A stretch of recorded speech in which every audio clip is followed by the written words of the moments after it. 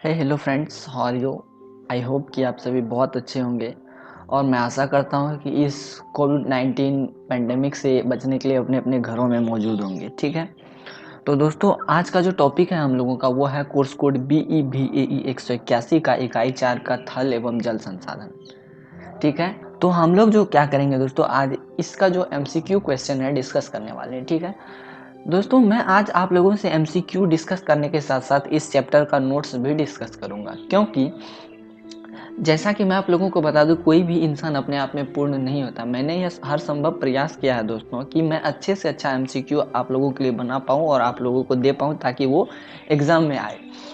पर क्या पता कुछ MCQ ऐसे भी होंगे जो नोट्स से छूट गए हों और हो सकता है वो एग्ज़ाम में आ जाए। तो आप लोगों से रिक्वेस्ट है दोस्तों कि मैं जो नोट्स अभी डिस्कस करने वाला हूं, जो आप लोगों की स्क्रीन पर है, इसको भी आप लोग पूरे ध्यान से सुने और फिर इसके बाद हम लोग इस नोट्स को डिस्कस करने के साथ साथ इस इकाई 4 के 10 से 12 इंपॉर्टेंट MCQ क्वेश्चन को डिस्कस करेंगे। ठीक है दोस्तों, और मैं इस बात का विश्वास दिलाता हूँ आप लोगों को कि एग्ज़ाम के स्टार्ट होने तक मैं जो हूँ इस बुक को ख़त्म कर दूंगा। आप लोग इस बात के लिए बिल्कुल निश्चिंत रहे। और इस बुक को ख़त्म करने के साथ ही अगर मुझे समय मिलता है तो मैं ये कोशिश करूँगा कि मैं और सारे बुक्स के सैम्पल पेपर अवेलेबल करवा पाऊँ, क्योंकि मॉडल पेपर अवेलेबल नहीं होगा।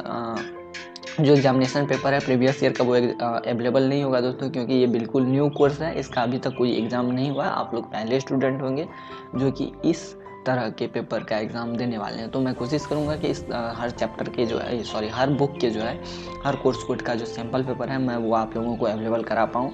एक बात और दोस्तों, मैं यहाँ पर जो MCQ और नोट्स डिस्कस करवाता हूँ वो कंप्यूटर प्रिंटेड नहीं होता है, कंप्यूटर टाइप किया हुआ नहीं होता है। इसका रीज़न ये है दोस्तों कि मुझे हिंदी टाइपिंग नहीं आती है।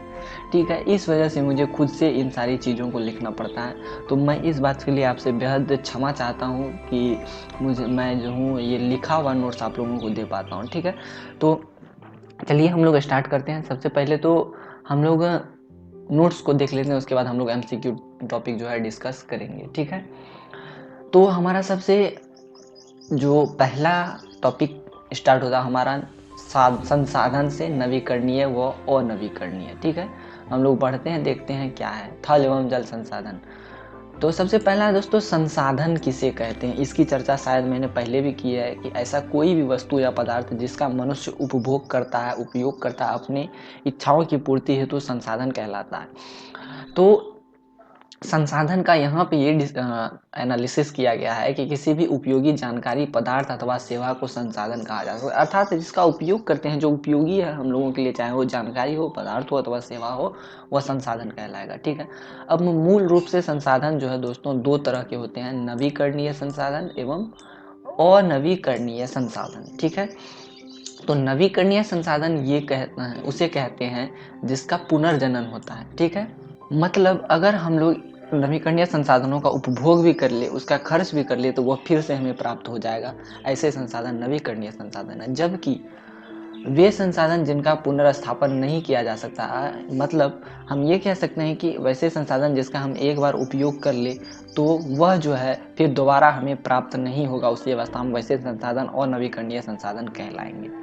अब हम लोग बात करते हैं कि नवीकरणीय संसाधन कितने तरह के होते हैं। तो दोस्तों ये मुख्यतः 3 तरह के होते हैं, नवीकरणीय और अपरिवर्तनीय संसाधन, दूसरा नवीकरणीय लेकिन दुष्प्रयोजनीय योज्य संसाधन, तीसरा संपोषणीय और नवीकरणीय संसाधन। इस 3 तरह के संसाधन होते हैं। मैं उदाहरण से इसको समझाने की कोशिश करता हूँ।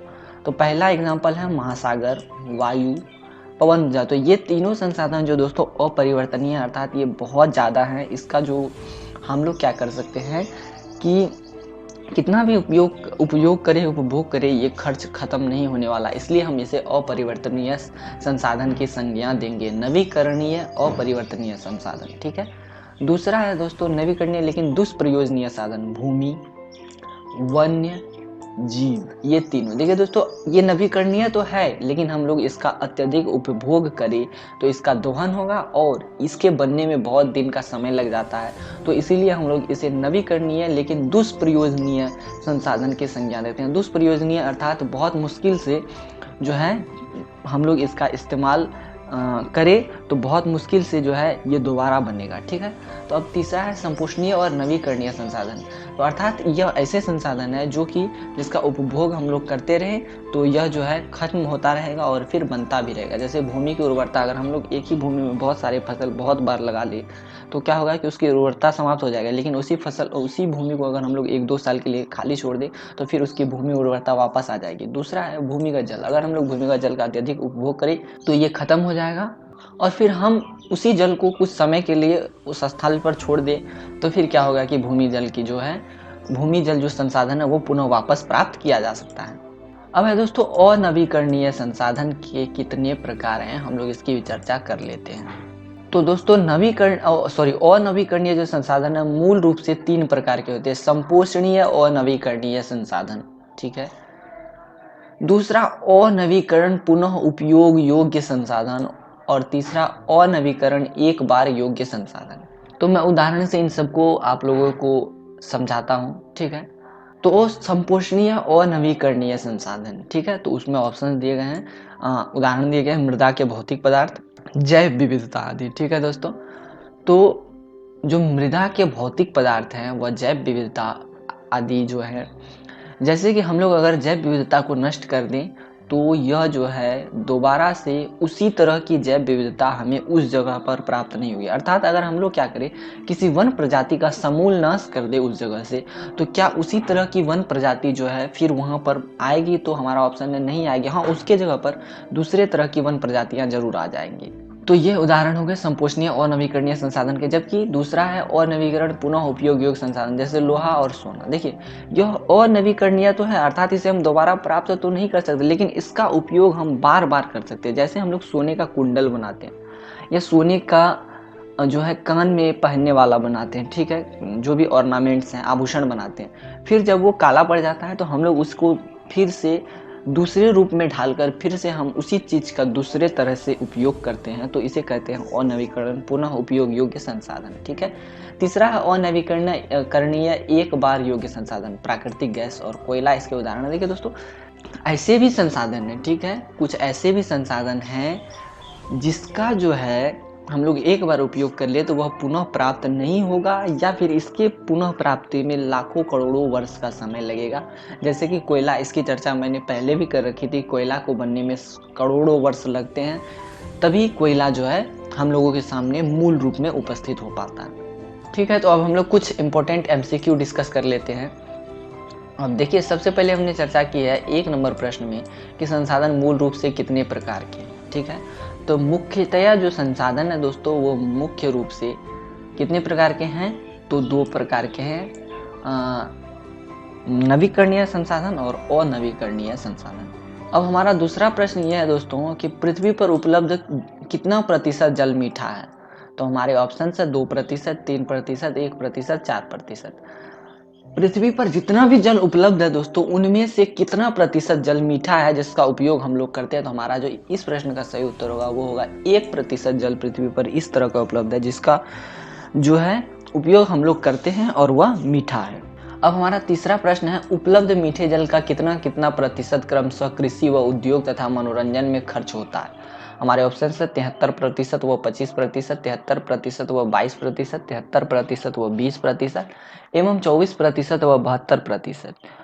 तो देखिए दोस्तों, जितना भी मीठा जल उपलब्ध है, ठीक है, उस उपलब्ध मीठे जल में से कितना प्रतिशत मीठे जल का उपयोग हम लोग कृषि व उद्योग तथा मनोरंजन के कार्यों में करते हैं? तो हमारा जो यह प्रश्न है, इस प्रश्न का हमारा सही उत्तर होगा 73% व 20%, ठीक है। तीसरे के बाद हम लोग चौथे नंबर प्रश्न की ओर बढ़ते हैं। देखते हैं चौथा नंबर प्रश्न क्या है। चौथा नंबर प्रश्न है भारत में प्रतिवर्ष औसतन कितनी वर्षा होती है? 200 mHAM and 400 mHAM, 185 mHAM and दूसरा है 165 mHAM। mHAM का मतलब हो गया मिली हेक्टेयर एरिया मीटर, ठीक है। इस प्रश्न का जो हमारा सही उत्तर होगा दोस्तों वो होगा 400 mHAM, अर्थात 10 लाख हेक्टेयर मीटर जो है औसतन वर्षा प्रतिवर्ष भारत में होती है, ठीक है। अब आगे बढ़ते हैं। 5वां नंबर क्वेश्चन है कि ऐसी कौन सी प्रक्रिया है जिसके द्वारा जल वाष्प तरल अवस्था में परिवर्तित हो जाता है? तो हमारे ऑप्शन है वर्षण, वाष्पन, ऊर्ध्वपातन और संघनन। तो हमारा यह जो प्रश्न है, इस प्रश्न का हमारा सही उत्तर होने वाला है संघनन। अब कैसे संघनन होगा, इसकी चर्चा हम लोग जब अभी जस्ट डिस्कशन करेंगे नोट्स को, तो हम लोग देखेंगे कि संघनन कैसे होगा, ठीक है। और मैं आप लोगों से ये रिक्वेस्ट कर रहा हूँ दोस्तों कि आप लोग नोट्स को भी देखें, ठीक है। मैं इसलिए इन दोनों को मिलाकर आप लोगों को देने की कोशिश कर रहा हूँ ताकि आप लोगों को नोट्स भी पढ़ने का मौका मिले, ठीक है। और अब आप लोग जब नोट्स पढ़ेंगे तभी आप लोगों का जो है क्वेश्चन पर पकड़ अच्छा होगा और आप लोग जो है ऑब्जेक्टिव अच्छे से आंसर कर पाएंगे। तो मैं इसलिए जो हूँ ये कोशिश कर रहा हूँ कि आप लोगों के लिए मैं नोट्स के साथ साथ जो है एमसीक्यू क्वेश्चन अवेलेबल करवा पाऊँ। तो अब हमारा जो टॉपिक है वो है नवीकरणीय जल संसाधन, अर्थात नवीकरणीय जल संसाधन। इसका मतलब ये होगा कि वैसा जल संसाधन जो पुनः प्राप्त किया जा सकता है, जिसका पुनर्जनन होता रहता है, ठीक है। इसके अंतर्गत हमारा सबसे पहला पॉइंट है कि पृथ्वी पर जो है जल का अथाह भंडार है, जल पाया जाता है पृथ्वी पर, इसलिए पृथ्वी को अनोखा ग्रह के नाम से जाना जाता है दोस्तों, ठीक है। हमारा दूसरा पॉइंट है कि पृथ्वी पर जितना भी जल उपलब्ध है, ठीक है, उनमें मीठे जल का 1% हम लोगों के लिए है, ठीक है। हम लोग इसका उपयोग करते हैं, जिनमें से इस 1% मीठे जल में से लगभग 73% कृषि और 20% कार्य जो है उद्योग और फिर शेष घरेलू कार्यों में तथा मनोरंजन कार्यों में किया जाता है। अब हमारा नेक्स्ट पॉइंट है दोस्तों कि मीठे जल का सिर्फ 1/5वां भाग तरल रूप में उपलब्ध है। जैसा कि जितना भी मीठा जल हम लोगों के लिए उपलब्ध है, जैसे कि 1% है, या ये 1% तो हम लोगों के लिए है, या फिर जितना भी मीठा जल उपलब्ध है पृथ्वी पर, उसका मात्र 1/5 भाग ही तरल रूप में उपलब्ध है, अर्थात लिक्विड रूप में, या और हो सकता है कुछ सॉलिड रूप में भी अवेलेबल हो सकते हैं, जैसे कि हिम जो भी बर्फ है वो सारे जो है सॉलिड फॉर्म में है मीठे जल के, सॉलिड अर्थात जो है ठोस रूप में है, या फिर जल वाष्प के रूप में वायुमंडल में विद्यमान है। तो इस तरह से जो है मीठे जल का सिर्फ 1/5वां भाग तरल रूप में हम लोगों के लिए उपलब्ध है, ठीक है। अब है आगे, पानी का जो 90% भूजल के रूप में उपलब्ध है, अर्थात पानी का जितना भी भाग है 90% से अधिक भाग भूजल है, अर्थात भूगर्भ में मौजूद है, मिट्टी के अंदर मौजूद है। और जो 1% जल है वह है झील और ताल में, ठीक है। मृदा प्राचल में 0.2 तथा इसकी दुगनी मात्रा नदियों तथा वायुमंडल में है, ठीक है। अर्थात जो मृदा प्राचल है, जहाँ पर मतलब मिट्टी और वायु तो वहाँ दोनों रहते हैं साथ में, तो वहाँ पे 0.2% का पानी जो है वहाँ पे उपलब्ध है, तथा 0.2 का जो 2 गुना प्रतिशत है, उस प्रतिशत में पानी जो है नदी तथा वायुमंडल में मौजूद है। अब आगे बढ़ते हैं, देखते हैं आगे क्या लिखा गया है। तो भारत में जो है औसतन 10 लाख हेक्टेयर मीटर प्रति वर्ष की वर्षा होती है, या हम लोग कह सकते हैं कि 400 MHAM औसत वर्षा प्रति वर्ष होती है, जिसमें से 185 MHAM वर्षा जो है सतह जल के रूप में, अर्थात पानी जिसको हम देख सकते हैं, तो नदी, सरिताओं, नलकूपों, अनूपों, इन सब जगहों में जो है 185 MHAM वर्षा जो है अपना स्थान बनाती है और वहीं से बहती है, जबकि 50 MHAM वर्षा जो है वो भूजल के रूप में अर्थात भूगर्भ में चली जाती है मिट्टी के नीचे, किंतु 165 MHAM वर्षा जो है मृदा में भंडारित होती है, अर्थात मृदा जहाँ पर वायु और मृदा दोनों उपस्थित होते हैं वहाँ पर भंडारित होती है, ताकि वहाँ से पेड़ पौधों को जो है आवश्यक पानी जो है वो प्राप्त हो सके, ठीक है। अब हम लोग थोड़ा जल चक्र आरेख देख लेते हैं। इसकी चर्चा मैंने पहले भी करी थी, फिर भी मैं कर देता हूँ। देखिए दोस्तों, सबसे पहला है ये सूर्य देवता, ठीक है।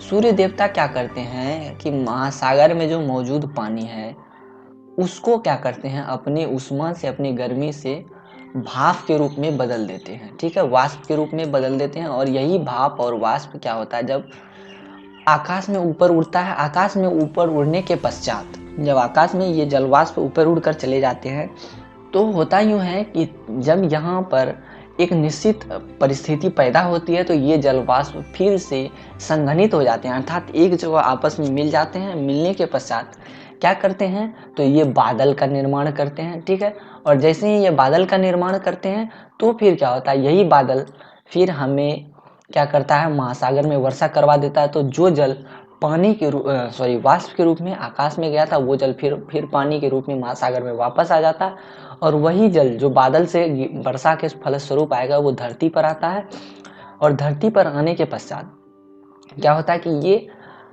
मिट्टी के नीचे चला जाता है। तो इस तरह से ये भूजल संग्रहण कर लेता है और फिर यही बादल से प्राप्त जल क्या होता है कि बर्फ और हिम के रूप में जो है बड़े बड़े बर्फीले पहाड़ को बना देते हैं। और फिर जब यही बर्फ का जो रिसाव होता है पानी के रूप में, तो ये भी मिट्टी के नीचे चला जाता है और भूगर्भ में जल को संग्रहित कर देता है। तो इस तरह से ये जल चक्र भी खत्म हुआ। दोस्तों देखते हैं आगे क्या लिखा गया है। आगे भूजल पढ़ाने के क्रम में, ये देखने के क्रम में हमने कुछ टॉपिक्स की चर्चा की, जैसे संघनन, वर्षा हुआ तो वर्षण, इस तरह के कुछ टॉपिक्स हैं, हम लोग उसको डिस्कस कर लेते हैं। ठीक है, तो हमारा पहला टॉपिक है वर्षण। देखिए, जब वायुमंडल में जब जलवाष्प बनकर आकाश में जाती है, ठीक है, तो जब वायुमंडल में संघनित होकर जल जब पृथ्वी पर वापस आती है किसी भी रूप में, चाहे वर्षा के रूप में, हिमपात या हिम वर्षा के रूप में, तो वह प्रक्रिया वर्षण का नाम जो है वर्षण के नाम से जाना जाता है। ठीक है, अब है निक्षेपण। वर्षण के ही अंदर आता है निक्षेपण। तो देखिए दोस्तों, मैंने कहा कि संघनित होकर, ठीक है, जब पृथ्वी पर वापस आती है, ठीक है, तो होता यूं है कि वर्षण, वर्षा के लिए जो प्रक्रिया आरंभ होती है, तो सबसे पहले होता है वर्षण। ठीक है, ये वर्षण और ये निक्षेपण दोनों मिलकर क्या होते हैं, बादल बनाते हैं। तो निक्षेपण मूल रूप से वह प्रक्रिया है जब आकाश में जो जलवाष्प सागर से उड़ कर गए हैं वो ठोस अवस्था में अर्थात बादल के रूप में बनने के लिए तैयार हो जाते हैं, तो निक्षेपण और वर्षा मिलकर बादल बनाते हैं और फिर वर्षा या हिमपात हम लोगों को पृथ्वी पर कराते हैं। ठीक है, अब आगे बढ़ते हैं। आगे है वाहित जल। तो वाहित जल कुछ नहीं है दोस्तों, जल निकाय आदि में जो बहता हुआ जल है, चाहे वो नदी हो, झील हो, अनूप हो या फिर तालाब हो, ये सब चीज़ों में जो जल बहते रहते हैं उसे ही हम लोग वाहित जल के नाम से जानते हैं। तीसरा है ऊर्ध्वपातन। तो ऊर्ध्वपातन एक ऐसी प्रक्रिया है जिसके द्वारा ठोस जल जो है सीधे जल अवस्था से तरल अवस्था में परिणत हो जाता है। ठीक है, अर्थात आप लोगों ने विज्ञान तो पढ़ा ही होगा, विज्ञान 9वीं क्लास में ये बताया गया है कि किसी भी पदार्थ की 3 अवस्था होती है, ठोस, द्रव्य और गैस। अगर कोई भी पदार्थ अपना अवस्था चेंज करता है, परिवर्तन करता है, तो अगर वो ठोस में है तो उसे पहले द्रव में जाना होगा, तभी वो गैस में जा सकता है। या फिर अगर वो गैस में है तो उसे ठोस में आना, तो पहले उसे गैस से द्रव में आना होगा, फिर द्रव से ठोस में आना होगा। ठीक है, लेकिन कुछ ऐसी भी प्रक्रिया है जिसके माध्यम से अगर हम लोगों को करना क्या है कि ठोस से द्रव में जाना है तो हम लोगों को ठोस से गैस में जाना है तो द्रव में जाने की आवश्यकता नहीं होगी। अर्थात पानी को अगर हम लोगों को करना क्या है, सॉलिड पानी अर्थात जो बर्फ है, उस पानी को अगर हम लोगों को गैस के रूप में बनाना अर्थात वाष्प के रूप में आकाश में उड़ाना, तो उसे पानी बनने की अर्थात लिक्विड फॉर्म में आने की आवश्यकता नहीं होगी। तो ऐसी प्रक्रिया जो है ऊर्ध्वपातन कहलाती है। इसमें होता क्या है कि ठोस जल जो बर्फ है वो सीधे ही वाष्प में परिणत हो जाते हैं, अर्थात आकाश में जो है भाप बनकर उड़ जाते हैं। तो इस तरह का जो प्रक्रिया है उसे हम लोग ऊर्ध्वपातन कहते हैं। और उदाहरण है इसका बर्फ के पत्रक लुप्त होना। एक्चुअली होता क्या है कि जब बर्फ के बड़े बड़े पहाड़ लुप्त हो जाते हैं तो वो जो है ऊर्ध्वपातन प्रक्रिया के फलस्वरूप ही लुप्त होते हैं। अब हमारा चौथा पॉइंट है वाष्पन। देखिए, वाष्पन में होता क्या है दोस्तों, कोई भी तरल अवस्था की वस्तुएं जब एक निश्चित तापमान पर जो है वाष्प अर्थात भाप में परिवर्तित हो जाती है तो उसे हम लोग वाष्पन की क्रिया कहते हैं। ठीक है, अब आगे बढ़ते हैं, देखते हैं आगे क्या लिखा गया है। आगे है वाष्पोत्सर्जन। वाष्पोत्सर्जन ये है जब पादपों अर्थात पेड़ पौधे की पत्तियों से वाष्प रूप में जल की हानि होती है तो उसे हम लोग वाष्पोत्सर्जन कहते हैं। अब देखिए, जब दोस्तों सूर्य की किरणें पौधों पर पड़ती है तो पौधों के पत्तों में जो मौजूद जल होता है वो क्या होता है कि भाप बनकर आकाश में उड़ जाता है। तो इस तरह से पौधे की पत्तियों से जो जल की हानि होती है इसे ही हम लोग वाष्पोत्सर्जन कहते हैं। और प्रतिदिन वाष्पोत्सर्जन से 1 हेक्टेयर मक्के के खेत में लगभग 35,000 लीटर 800 गीलन पानी जो है वो बर्बाद होता है। ठीक है, 3 तरह का होता है, मीठा जल, खारा जल, समुद्री जल।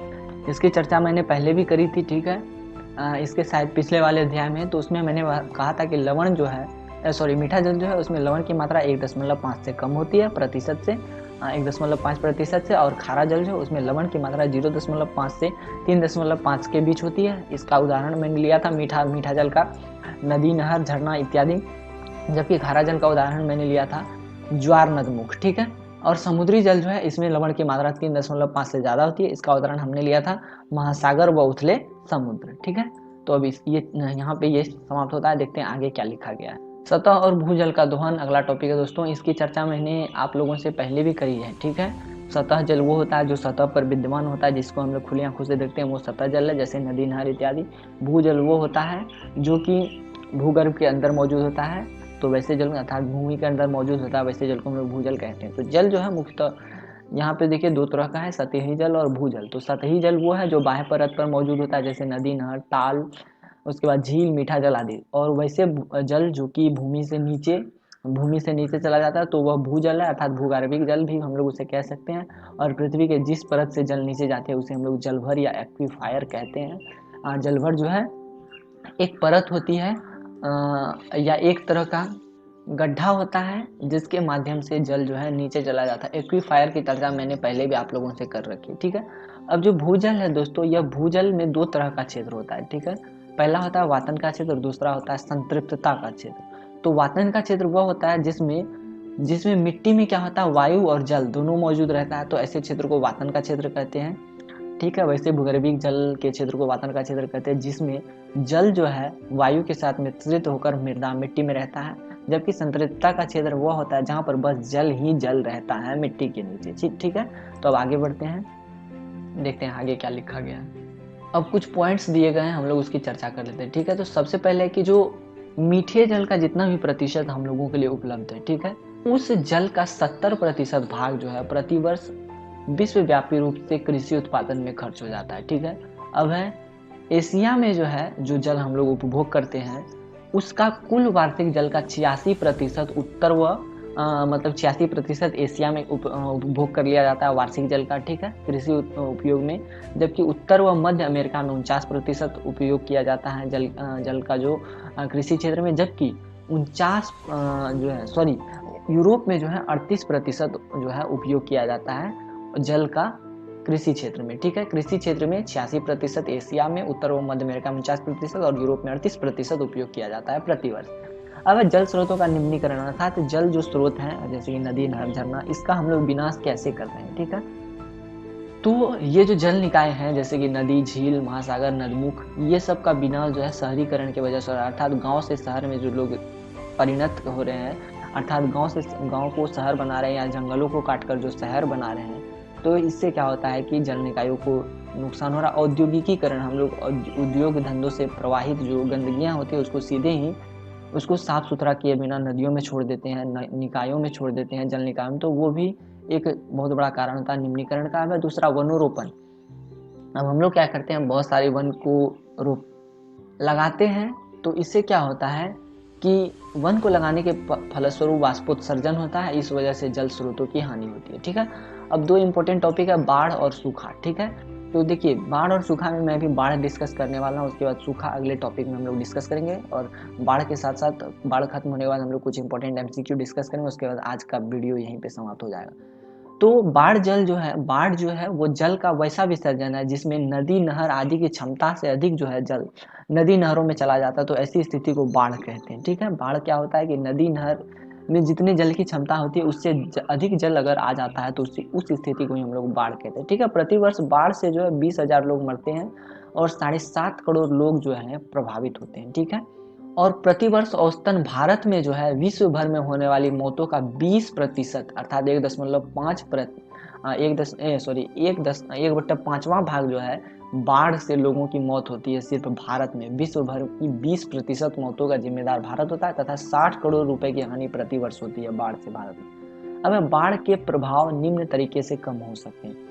अब कुछ ऐसे उपायों को करने के पश्चात हम लोग क्या करते हैं कि बाढ़ को कम कर सकते हैं, उसके प्रभाव को कम कर सकते हैं। तो हमारा ऑप्शन है कि उपयुक्त स्थानों पे बांध व जलाशयों का निर्माण। अगर हम लोग बांधों व जलाशयों का निश्चित स्थान पर निर्माण करें जिससे कि पानी की क्षमता को अस्थायी और स्थिर किया जा सके, ठीक है, तो हम लोग क्या कर सकते हैं कि बाढ़ के प्रभाव को कम कर सकते हैं। और नदी नहर के तटबंधों को अगर मौजूद कर दे, अर्थात हम लोग उसके किनारों को मजबूत कर दे, तो क्या होगा कि जो है बाढ़ के प्रभाव को कम किया जा सकता है। नदी नहरों को अगर हम लोग गहरा कर दे तो भी हम लोग बाढ़ के प्रभाव को कम कर सकते हैं। अब है बाढ़ मैदान के तकनीक प्रबंधन को अपनाना, हम लोग ऐसे तकनीक का इस्तेमाल करें ताकि मैदान में बाढ़ जो है अधिक क्षति न पहुंचा सके। तो इस तरह से हम लोग बाढ़ के प्रभाव को कम कर सकते हैं। तो आज का जो नोट्स डिस्कशन है यहाँ तक ही रहेगा। अब हम लोग थोड़े कुछ MCQ डिस्कशन कर लेते हैं, जिसमें से मैंने 5 का डिस्कशन पहले ही कर लिया है, तो बाकी हम लोग 7-8 क्वेश्चन अभी डिस्कस कर लेते हैं। तो हमारा 6वां नंबर क्वेश्चन है कि वायुमंडलीय जल पृथ्वी पर वापस आता है तो उसे क्या कहते हैं। ठीक है, तो ऑप्शन है वर्षण, ऊर्ध्वपातन, वाष्पन और संघनन। तो इस प्रश्न का सही उत्तर क्या होगा दोस्तों, जैसा कि आप लोगों को पता है, वायुमंडलीय जल जब पृथ्वी पर वापस आता है किसी भी रूप में तो उसे हम लोग वर्षण कहते हैं। ठीक है, वर्षण क्या होता है, वर्षा होती है और वायुमंडल में जो मौजूद जल हैं वो क्या होते हैं, पृथ्वी पर वापस आ जाते हैं। तो ऐसी प्रक्रिया जो है वर्षण कहलाती है। मुझे नहीं लगता कि ऊर्ध्वपातन, संघनन और वाष्पन आप लोगों को बताने की आवश्यकता है, क्योंकि मैंने पहले ही ये डिस्कस कर लिया है। 7वां नंबर क्वेश्चन ये है कि जलवाष्प का ठोस अवस्था में परिणत होना क्या कहलाता है। वर्षण, निक्षेपण, संघनन और वाष्पन। ठीक है, तो जब जलवाष्प अपने ठोस अवस्था में बदलते हैं, अर्थात जब वो जलवाष्प वर्षा के साथ मिलकर जब बादल बनाते हैं, तो उस स्थिति को हम लोग ठोस अवस्था में जब वो परिणत होते हैं तो उस स्थिति को हम लोग निक्षेपण कहते हैं। ठीक है, तो इसकी भी चर्चा मैंने पहले कर दी थी, मुझे नहीं लगता ये बताने की आवश्यकता आप लोगों को है। ठीक है, अब आगे बढ़ते हैं 8वें नंबर प्रश्न की ओर। 8वां नंबर जो प्रश्न है वो ये है कि ऐसी कौन सी प्रक्रिया है जिसके द्वारा ठोस जल सीधे वाष्प में परिवर्तित हो जाता है। तो हमारे ऑप्शन है वर्षण, ऊर्ध्वपातन, संघनन और वाष्पन। तो हमारा यह जो प्रश्न है, इस प्रश्न का सही उत्तर होगा ऊर्ध्वपातन। ठीक है, तो आप लोग समझ गए होंगे ऊर्ध्वपातन कैसे होगा, इसका तो मैंने विस्तार पूर्वक चर्चा कर रखा है पहले ही। ठीक है, मुझे नहीं लगता ये बताने की आवश्यकता आप लोगों को है। आगे बढ़ते हैं, देखते हैं अगला प्रश्न क्या है। हमारा जो अगला प्रश्न दोस्तों वो ये है कि जल के मुख्यतः कितने प्रकार हैं। हमारे ऑप्शन हैं 3, 2, 1 और इनमें से कोई नहीं। तो हमारे इस प्रश्न का सही उत्तर होगा दोस्तों 3। जल के मुख्यतः 3 प्रकार हैं और वो कौन कौन है, अलवणीय जल, खारा जल और लवणीय जल। ठीक है, और हमारा जो अगला प्रश्न है वो है जल के मुख्यतः कितने रूप है। ऑप्शन है 2, 1, 3 एवं 4। तो हमारा इस प्रश्न का सही उत्तर होने वाला दोस्तों जल के मुख्यतः 2 रूप हैं और वो कौन कौन से हैं, तो वो है सतही जल और भूजल। ठीक है दोस्तों, अब आगे बढ़ते हैं, देखते हैं अगला प्रश्न क्या है। अगला प्रश्न है पूरे विश्व में प्रतिवर्ष कितना जल कृषि में खर्च होता है। तो पूरे विश्व में मीठे जल का 70%, ऑप्शन ए में है, मीठे जल का 20%, बी में मीठे जल का 40%, मीठे जल का 30%। तो हमारे इस प्रश्न का सही उत्तर होगा मीठे जल का 70% जो है प्रतिवर्ष जो है कृषि में खर्च हो जाता है, प्रतिवर्ष जल का भाग। ठीक है,